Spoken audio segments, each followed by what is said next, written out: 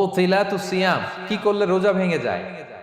Causes that make you fasting null and void, যেই কাজগুলো আপনার রোজাকে নাল এন্ড ভয়েড করে দেয়। কি করলে রোজা ভেঙে যায়? তো এটা বোঝার আগে আমরা যদি রোজার সংজ্ঞাটা বুঝি, রোজা কাকে বলে, সিয়াম কাকে বলে, আপনারা নিজেই বলতে পারবেন কি করলে রোজা ভাঙে। রোজার সংজ্ঞা হচ্ছে আসওমু হুয়াল ইমসাকু আনিল আখিলি ওয়া শুরবি ওয়াল জিমাই মিন তুলুইল ফাজরি ইলা গুরুবিশ শামসি মা নিয়া। মানে রোজা হচ্ছে বিরত থাকার নাম। কি থেকে? খাওয়া থেকে, পান করা থেকে, ফিজিক্যাল ইন্টিমেসি থেকে স্ত্রীর সাথে, সকাল থেকে শুরু করে, ফজর থেকে শুরু করে ইলা গুরুবিশ শামস মানে সানসেট পর্যন্ত, সূর্যাস্ত পর্যন্ত, মা নিয়তের সাথে। ক্লিয়ার হয়ে গেছে না? রোজা হচ্ছে বিরত থাকার নাম। খাওয়া থেকে বিরত, পান থেকে, ফিজিক্যাল ইন্টারকোর্স থেকে, সকাল থেকে শুরু করে সন্ধ্যা পর্যন্ত নিয়তের সাথে। তো এই সংজ্ঞা থেকেই তো বোঝা যায় কি করলে, খেলে রোজা ভেঙে যায়, ড্রিঙ্কস করলে রোজা ভেঙে যায়, বিবাহিতরা দিনের বেলায় ফিজিক্যাল ইন্টিমেসিতে গেলে রোজা ভেঙে যায়। তো আমরা এবার পয়েন্ট আকারে শুনবো যে কি কি কাজ করলে। এখানে মৌলিকভাবে 3টা জিনিসের কথা বলা হয়েছে, কিন্তু আরো কিছু জিনিস আছে যেগুলো করলে আপনার রোজা ভেঙে যাবে। আসুন আমরা সেগুলো শুনি।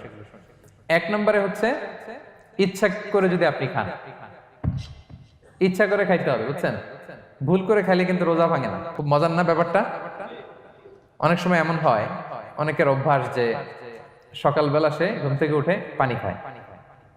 তো আপনি হঠাৎ করে 1 গ্লাস পানি খেয়ে ফেলছেন, খাওয়ার পরে মনে হয়েছে ওরে আমি তো রোজা, এখন কি হবে বলেন তো?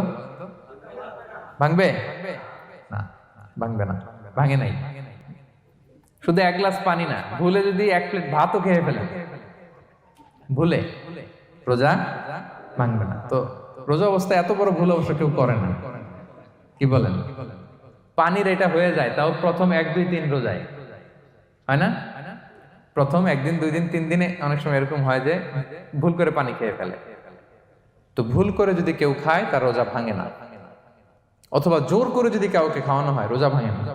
ফোর্সফুলি খাওয়াইলে ভাঙে না, ইন্টেনশনালি যদি কেউ খায় রোজা ভেঙে যায়। ক্লিয়ার? 2 নাম্বার, ড্রিঙ্কিং ইন্টেনশনালি, যদি পান করে ইচ্ছাকৃত, রোজা ভেঙে যায়।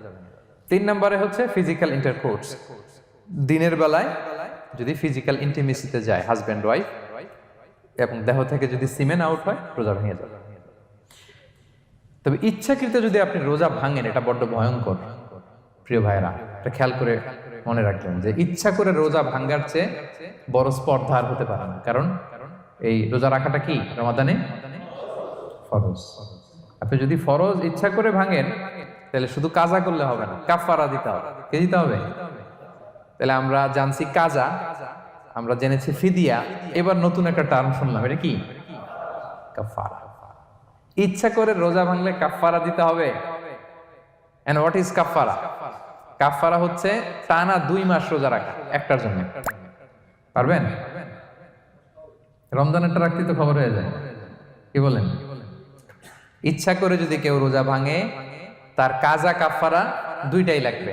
কাজা মানে কি? একটা রোজার জন্য একটা রাখা, আর কাফারা 2 মাস 60টা রোজা রাখা। 60 খবর আছে।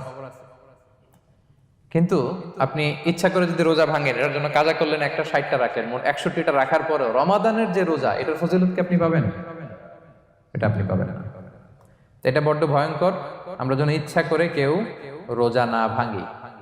এই